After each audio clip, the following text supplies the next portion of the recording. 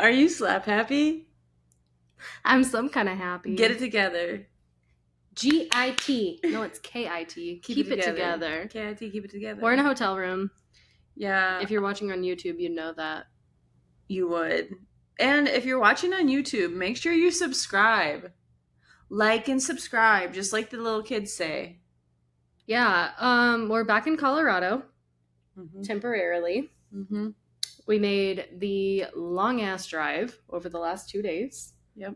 We don't have lights. We don't have microphones. We have nothing. We have nothing. So turn it up and get ready for this because holy shit, was it a ride. It's been a vicious 2 days. Just to show you how vicious it's been, Exhibit A. That's a coffee the size of our head. This is what they gave. Just to keep us going. So we asked the lobby to give us a cup. A cup. And they were like, oh, this is all we have. And we were like, bet. Perfect. Perfect.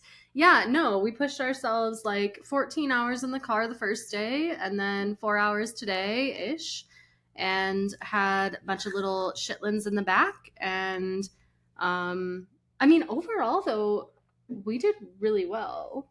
We did. We could have kept driving and did it in one day. I won't do it in 2 days again. I won't do it in 2 days. I will push myself and do it in 1 day. Yeah. Yeah.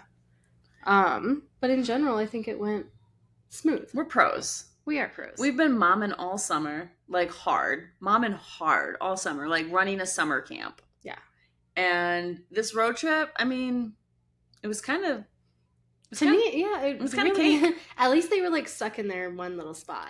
There were moments where they tried to break us down to get more snacks. Just like, nah. To keep climbing back. And like, you know what it's like when you're a parent and like the kid's like, can I have another bag of Doritos or whatever it is they need? And you're driving and you're like, there's nothing I can do. Well, yeah, but because one of us was in the shotgun, you mostly were. I was like, nah, I don't play that shit. I'm not going to keep going back there. But you were climbing back there quite a bit. Mm-hmm. And eventually we like after it was like a lot of that happening, we just were like, no. Yeah. And then they tried to break us. They tried to break us down. The 4-year-old tried to break us down. Yeah, he really did. Yeah. And we stayed strong. We did. Yeah, we did really well. And we made it here safely. And that's what's important. And thank you for the AirPods because that saved us a little bit. That was our secret. That was our saving grace. The AirPods. If you cancellation, can't hear what's happening, then it's not a big deal. With music turned up and just coast through it and wait for them to realize. Like, it's all about consistency, and we've learned that for the whole summer. We've learned that everything in life is all about consistency. But, like, can I just say that it feels so good to see my kids be so happy about, like, just everything that's kind of happening with everything this summer, now leading into their school year starting soon, and just, like, the excitement on their face to see people that they haven't seen in a while. And it made it so okay for me to be like, here's your dad. There was no crying. They were like, okay, bye. There was no crying. In fact, it was like, hey, we're with dad now. You're leaving, right? And it's like, yeah, I'm leaving. Yeah. Yes, bye. It felt super weird to not have kids for a minute. Like, when we walked away, we were like, holy shit. It even feels weird right now. We're going to wake up in the morning with no children. Yeah. Hey. We earned it. We did. We earned it. So yeah, we're in a hotel tonight. Kirby flies back to Wisconsin tomorrow. I'm here for about a week. And then I go back home myself. And yeah, what are you doing for the week? I want to stay mainly outdoors. I want to stay outdoors. I want to do a lot of hikes. I want to do the incline. I want to see certain people and kind of just lay low. Just like relax and spend my last week with the kids, like just really taking in, I don't know, the beauty of Colorado, like the one part that I actually enjoyed about Colorado, which was like the beautiful mountains. It's different. It's different being like in Wisconsin for a couple solid months and then coming to Colorado. So like, I'm just curious to know, like, what were your thoughts? Like, as you're coming back after being in Wisconsin? So, like, I think one of my first thoughts was, like, Colorado is so fucking dead. That was my very first thought. Yellow and brown. Yellow and brown. I looked around and I was just like, holy shit, there's no grass. Like, once you pass the Colorado border, it's like, and now I say this with, like, understanding that you drive through a bunch of dead ass farmland, and I get that. But you drive through a bunch of farmland going into Wisconsin too, and it's like green and it's luscious, and it, like, you want to run through the fields. Well, I was even saying today, like, I don't have the urge to want to lie down in the grass here or walk barefoot because in everything the is grass. like prickly and dead. There's so many grasshoppers. Fuck. Yeah. Fucking grasshoppers in Colorado. Like, what is that normal for, like, just like states out I don't know. in this area? I don't know. I'm not sure. But I will say it was very dead. Then once I got past the dead part, I feel like the next thing I noticed was like the mountain line, and I was like, now that's what I miss. Yeah. I miss seeing the mountains in the background. I do. Mhm. I think it's really beautiful, and it is probably like the only thing that I really miss about Colorado.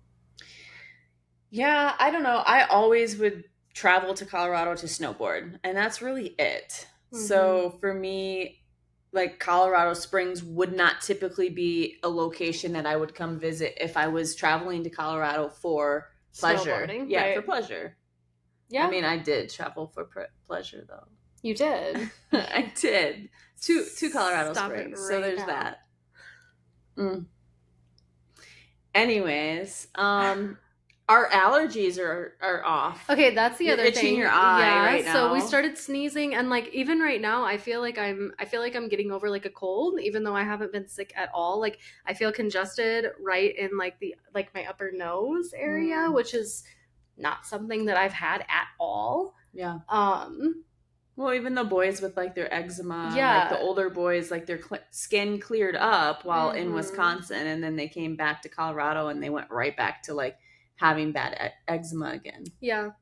I don't know. I think Colorado has its perks, but also like I just don't know that there's enough of them to keep me intrigued. Yeah.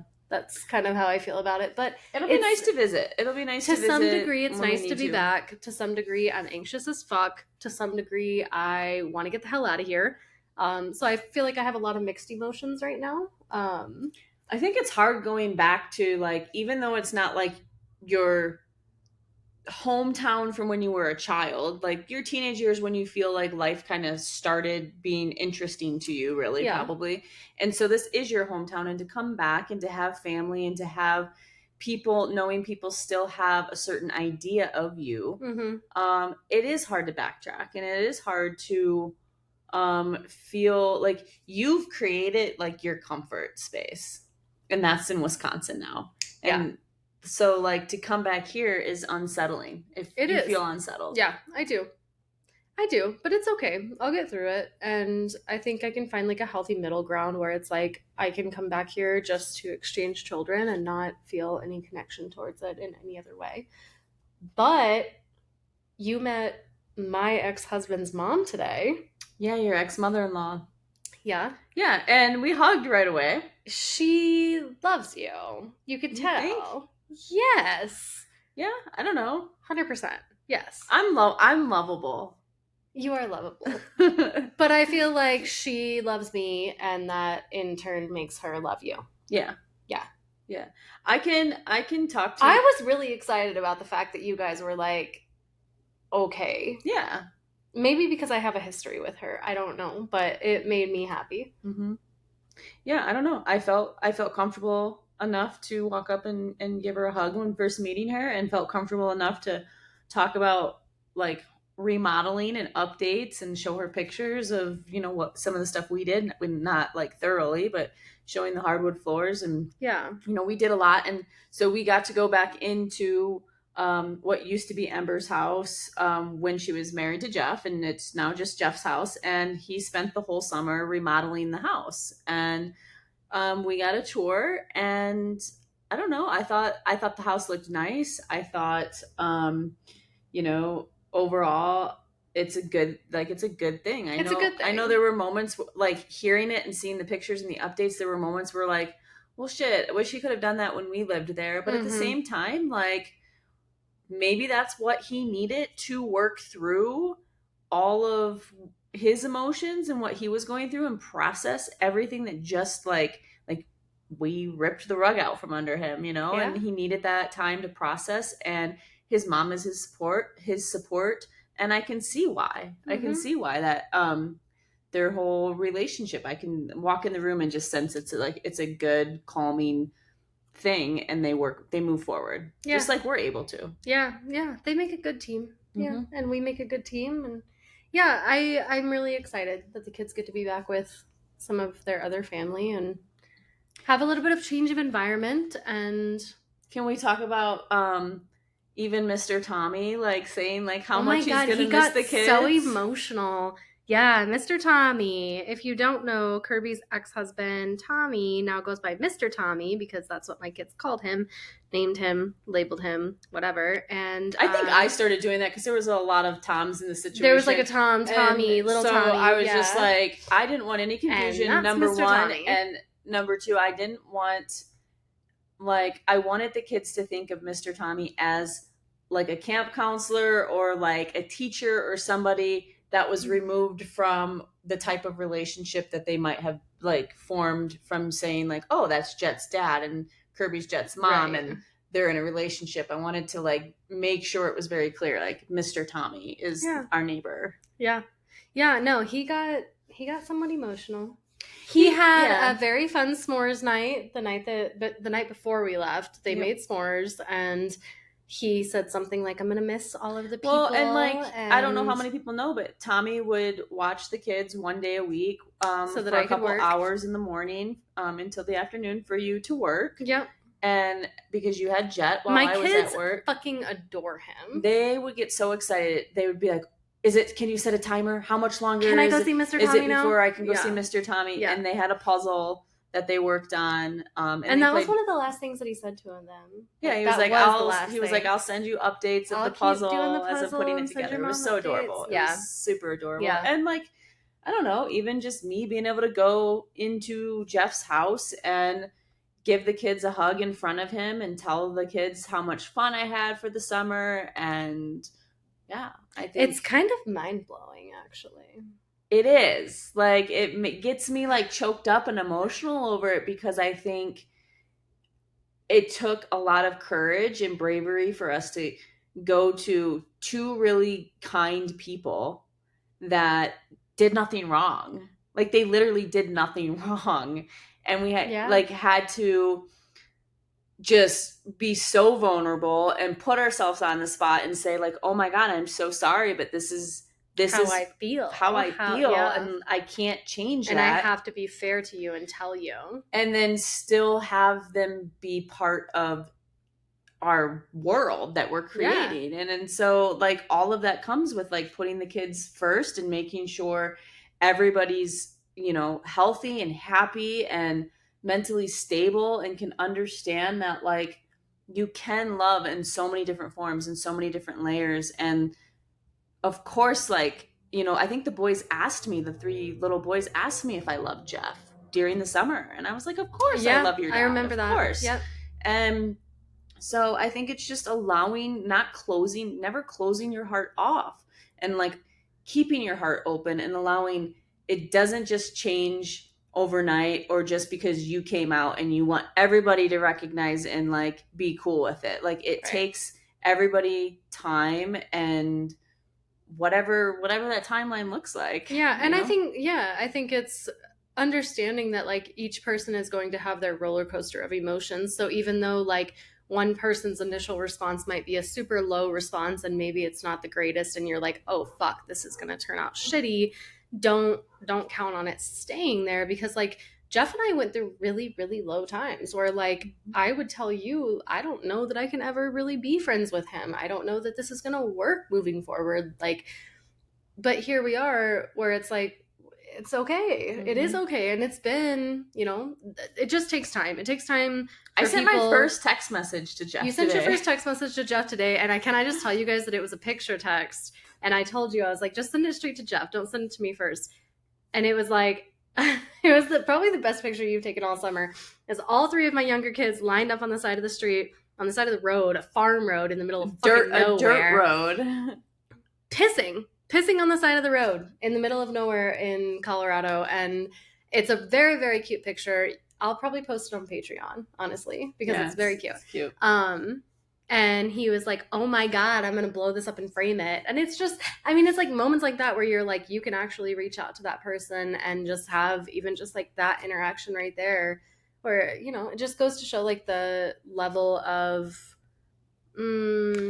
understanding that everybody can kind of put out there. Like openness. Yeah. The level of openness. Yeah. And so like not closing your heart off and like having an open mind and knowing that if you want it, you can make it happen. Yeah. You can make it happen. And that's not to say that like everybody's going to respond the same way that our ex-husbands did, but I think we both had roller coasters and it's been a wild fucking year and we've done a lot. And I know we've said like over and over again, oh my God, we're so exhausted. We're so exhausted. And I think today, after dropping the kids off and, coming back to the hotel and sitting by the pool and just... Dude, we sat by the pool for like 2 hours and we looked at each other and we were like, holy shit, we can kind of like date each other again. Like this is like, we're not getting interrupted. We're not having like the amount of times we tried to sit down and eat a meal and like we'd be just to take a bite and one of the kids would like, it never like it's,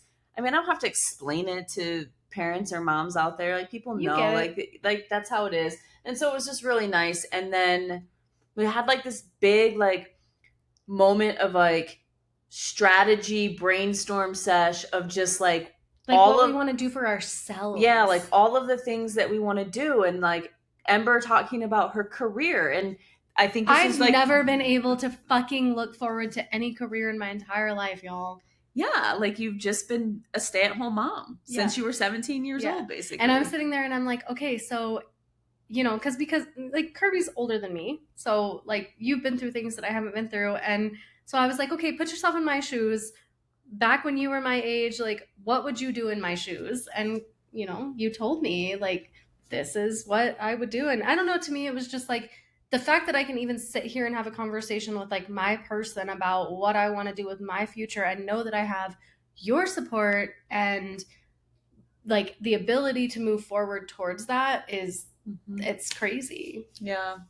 And like the support of not that any of it, like not even thinking about it benefiting me, but getting you to the place of like we talked about, like when did I gain like true independence, you know, true and like full stability to where you don't ever have to lean on any, maybe you have to lean on someone every once in a while, but like financial and independent stability to where you've got it. You've got yourself, you've got your kids, you've got your life under control. Like I've never experienced that personally. Yep. And I want to. And like I will say it's like addicting because once you experience it and you have that, nobody can take it away but yourself. Like nobody can take it away. And so it is just like such a powerful thing. And I think I remember like back in your lower phases with Jeff and he couldn't wrap his mind around, he said these words, why is it so important for you to have your independence? Yeah. And I think especially for stay-at-home moms, and I'm like so like caught up in like the TikTok ballerina farms story and just knowing that like some people are so comfortable with just having you just in the house, just doing that. And sometimes it works. Sometimes like you're so cut out for it and it works. And that brings you so much joy and happiness. But it's also okay if it doesn't bring you joy and happiness and you want to be... I think it takes a very special type of woman to be okay with just being a housewife and a mother. And if that's the case, great. I love that you found your happiness within that. But I think that like for me, I tried that. I've done that. I've been really great at it. And I've spent my entire adulthood doing it. And I've known for a long time that it's not fulfilling to me. Like that's not what brings me my purest form of joy. Does it make me happy making my kids happy? Yeah, sure. But like I want more for me. Like I'm capable of so much more than just this wake up, clean, cook, clean again, take care of kids schedule. I want to like go to bed thinking to myself, holy shit, I made an impact on this today, or I crossed that bridge that I never thought that I would cross. Like, I don't know. I see myself doing bigger things than just stay-at-home mom things. Not to discard, like, disregard stay-at-home moms, because we're fucking amazing. You're amazing, all the things. But like, I just think I'm cut out for more. I will say, I sometimes think you don't give yourself enough credit throughout from the age of 17 until today of being like a full-time mom, because you did make impacts. You did overcome and go through big hurdles and changes and reacted with like instinct and drive for all of the things that you did to get you here today. Mm-hmm. I think you're just ready to apply all of that you learned and all those tools to something bigger now that your kids don't need you as much. And Yeah. I'm not saying that they don't need you at all. I'm just saying that they are now in school, and that starts to free up time. And, or now that you have shared custody, you just by nature of sharing your children, you have the free time, more freedom, to say what is it that I'm going to do with my life and myself to get that, that independence that I feel like I didn't have. That's exactly what I looked at you and said. Like, now that I have the opportunity, I don't want to do it wrong. Like, I want to really figure it out and approach it in a way that I don't look back and think to myself, like, damn, I wasted that. I wasted that opportunity to shift my life in the direction that I want it to go. Mm-hmm. So yeah, I was pretty excited. Brainstorming and just... You love that shit. Oh my God, I eat it up. Like, put me in a room to strategize. Don't talk all dirty day. to Kirby. Talk strategy to Kirby. Strategy like lights me up in a way of just like connecting the dots and that like connective tissue of like how all of the layers are just like there, like right in front of you to make it... It's a game plan to make it work. Yeah. And we have some really big goals and exciting things that we want to work on. And I think the month of September, when kids are officially like all in school, I think the month of September is going to be a big kickoff for us and for you. Like, huge. Yeah, it is going to be huge. It's absolutely going to be huge. And I think there's a lot of things to look forward to. Mm-hmm. Yeah. So I'm many proud things. of us.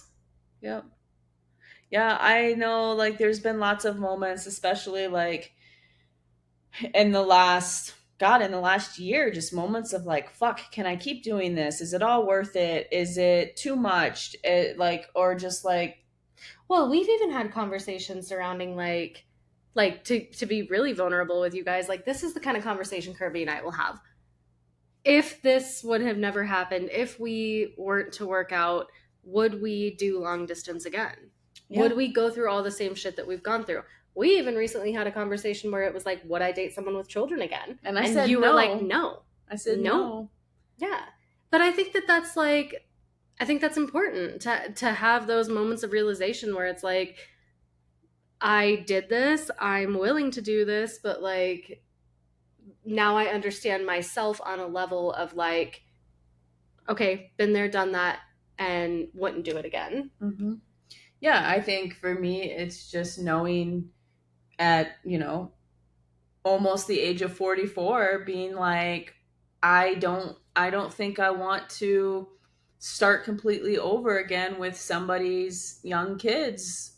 This is like, everything that we have right now is amazing. And I love your kids. And if I had to like not see them anymore, that would be devastating. Right. So it's like to go through all of that again and to feel like just like you, parents like wait for their kids to be like grown up so they can start to do some things. And like, I daydream more about like, when will I get to retire? And we've been talking a lot what about, will that look like? Yeah. We won't need as big of a house when all of the kids are, on their own situation. And what does that look like for us? We've been talking 5-year plan and 10-year plan. And, and those are just goals and things to work towards, which is great for people to have. But also like so much change happened in the last year that it's like, who knows what's in store? Yeah. when I get down and like negative thoughts, like I think that a lot. Like, no fucking way am I willing to turn my back and not finish out this story of like what happens. Like, where why do we did we end up? come this far if this is Yeah. only as far as we're going? Yeah, like Yeah. no way would I give that up. Like I have to know. Like I have to know. Like, do we go to Costa Rica? Do we end up moving to another country? Do we stay and have like a bunch of grandkids? Like, what is life? Like, Yeah. who knows? Yeah. It's exciting. It is exciting. It's terrifying and exciting all at the same time. Yeah. And I think having those kind of conversations is like really important in relationships, honestly. Yeah, I think we were, I don't know if it was it today, you were just like, I'm so glad like we're laying out and there's couples that might be like scrolling on their phone or just like Oh not my gosh, talking there at was a all. couple that was not like they weren't interacting with each other at all. They were just, I mean, we were out there for an hour before either of them even moved, really. Like they were just so in They were their sunbathing. Yeah, I guess, but so were we. And I mean, we but were we see having, that a lot at like dinners and stuff. yeah, Like just like we're where super. you can just see the couples are not into each other the way that you'd want to see people into each other if they're in a loving relationship. But I also remember not feeling like I not saying I had like all my feelings were bad, but there were moments where I didn't feel as comfortable with PDA or any type of like closeness in public when I was with a man. For whatever reason, with being with you, like I don't like I am no longer thinking about anybody else that's around me. Like Yeah. that's not even a thought. I'm just like so just absorbed. It's almost like into a tunnel vision. Yeah. Yeah, totally. And so I guess for me, like I always wanted that, but then it's like imagine being with your best friend, like you have your when you're a teenager and you have your best fucking friend and you tell that person every detail You of your pee on the life. side of the road with them. That's what you do. You piss on the side of the road with them. Yeah, and you which just we like did today. every detail, every layer is shared in a way that is like we're just like lifting each other up left and right. It's like, yeah, here baby, here's some tissue, like come between these doors and pee next to me, like on the side of the road. Like why wouldn't you? I think it's cool as hell that we can go from being like best friends to lovers within like moments, and they just like intertwine. And I think with that comes the ability to kind of like drown out all of the other noise and people because you have everything that you need right there with you. Mm-hmm. Yeah. I never had that in a man. Like I never had my best friend. I would have never pissed on the side of the road with any of my exes ever. Yeah. So yeah, it's different. It's a different kind of love, and it's very much and I'm not saying it's like that for everybody or calling, straight couples boring couples. I'm just saying like for us, knowing what we know now after we being in this like I think being in a long distance relationship, everything was like a quick little mini vacation. A lot of like our stays together were either hotels or Airbnbs. And now after living with each other for the whole summer and having like our lives merged the way they have, like I just see such a difference in myself because I've come out and what that makes me today, being so comfortable and so confident and not wishing I had that feeling that was missing. Yeah. It's a good feeling. I've always wondered, like when we were long distance, like, oh my God, it feels like I'm not truly allowing myself to be a lesbian because it was only like part-time. Yeah, because it felt like a double life, kind of. Yeah, it still felt like a double life because we were both going home to our exes and like still taking on the roles and the responsibilities, and we didn't have that merge together to feel like we were taking on the roles and responsibilities together and allowing our exes to still be them allowing us, allowing a little like back and forth of like making sure that we all know where we stand. Yeah. I'm proud of us. I am too. It's been a whirlwind, that's for sure, and I can't believe we fucking just drove across the country and now again sitting in an SCP. We texted Mr. Tommy when we made it And what did he say? He was like, you two are amazing. Congratulations. Yeah, congratulations. Kicking ass. Yeah. And that's the thing is that like, yeah, we just do it. We just do it. Yeah. We commit. Yeah. We commit and we do it and we're consistent. Yeah. Consistent with showing up for you guys, showing up for us, showing up for kids, showing up and doing all of the things, and even showing up as like our boundaries. Consistent, like having fucking boundaries and knowing that's okay and that's safe and that's what's needed. Yeah, and I will say I was, and still am to a degree, very anxious and a little bit terrified to be back here. And it's okay. Yeah. Like, I'm okay. I made it through. We had a little code. We had a code where we were like, hold my hand and squeeze it 3 times. 3 times. If anything is to cross your mind and you need to walk away. And yeah. Well, because first you were like, if you notice me rubbing your thumb a lot, and I was like, here's the deal. If we need to walk away at any point for anything, squeeze my hand 3 times and I'll be like, we'll come up with something. I'll be like, hey, can you, and that's like, we have so many code words or like emergency escapes and even knocks for or like if we're uncomfortable in public, there's like words that we. But like with the hand squeeze, what is nice is that there's no like you don't have to speak out loud, you know, like you can just be like squeeze, squeeze, squeeze, and be like, I got you. Eye contact. We're good. We gotta bounce real quick. We gotta go right now. I forgot I had to go pick something up at the store. Right now. Yeah. Boundaries like a motherfucker. Yeah. Yeah. And I think if you're going through anything that makes you feel some sort of like anxiousness or whatever, like lean on your person and have that conversation with them where it's like, I am uncomfortable. I do feel like I need you right now. So how can you be there for me? Even if it's just a fucking hand squeeze, it means a lot. Yep. So. Yeah.